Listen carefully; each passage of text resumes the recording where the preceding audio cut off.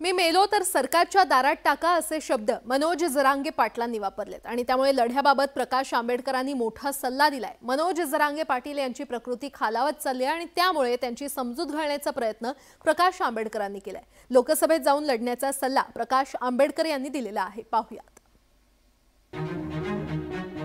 उपोषणाच्या 5व्या दिवशी मनोज जरांगे पाटलांच्या नाकातून रक्तस्राव झाल्याने मराठा समाज बांधव आता आक्रमक व्हायला लागले।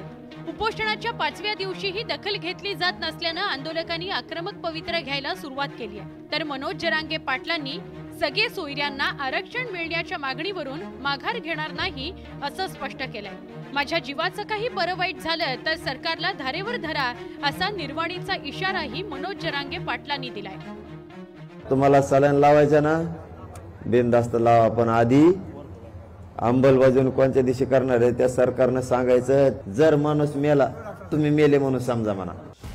राज्यभरात मराठा आंदोलक आता आक्रमक व्हायला लागले। दुसरीकडे मनोज जरांगे पाटील उपोषण मागे घ्यायला तयार नाही। त्यामुळे वंचित बहुजन आघाडीचे अध्यक्ष प्रकाश आंबेडकरांनी मनोज जरांगे पाटलांना समजवण्याचा प्रयत्न केला। मनोज जरांगे पाटलांनी शरीराला कष्ट देऊन लढू नये असं मत प्रकाश आंबेडकरांनी व्यक्त केलं।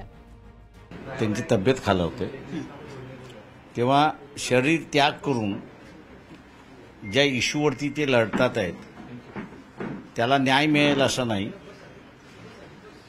आणि त्यांना जर तो न्याय मिळवायचा असेल तर आम्ही त्यांना मेसेज पाठवलेला आहे की जालना लोकसभा कॉन्स्टिट्युन्सी जी आहे ती त्यांनी लढली पाहिजे। मनोज जरांगे पाटील यांनी उपोषण करून लढण्याऐवजी लोकसभा निवडणूक लढवून नवी दिल्लीमध्ये लढाई करावी असा सल्ला प्रकाश आंबेडकरांनी दिला। त्याकरता पाठिंबा देण्याची तयारीही प्रकाश आंबेडकरांनी दर्शवली। जरांगे पाटलांची खालावलेली प्रकृती आणि प्रकाश आंबेडकरांनी दिलेला सल्ला यावर त्यांच्या समर्थकांनी काय प्रतिक्रिया दिली तेही बघूयात। बहुजन आघाडी पार्टी प्रकाश आंबेडकर आज भी आमच्या पाठीशी आहेत, मराठीच्या जरांगे पाटलाच्या आज भी पाठीशी आहेत। पण पाटील मुख्यमंत्री पाटील म्हणते तेच मुख्यमंत्री, पाटील म्हणते तेच खासदार, सर्व मराठा समाज पाटलाच्याच पाठीशी। पण राजकारणात पाटील उतरणार नाहीत, पण पाटील म्हणते तेच राजकारण। मनोज जरांगे पाटील त्यांचा आरक्षणाचा लढा कशा प्रकारे सुरू ठेवणार? प्रकाश आंबेडकरांनी दिलेला सल्ला जरांगे पाटील ऐकणार का? हे प्रश्न आता उपस्थित झालेत, पण त्यांची उत्तरं कधी मिळणार याची काही चिन्ह दिसत नाही। Bureau report, news 18 Lokmat.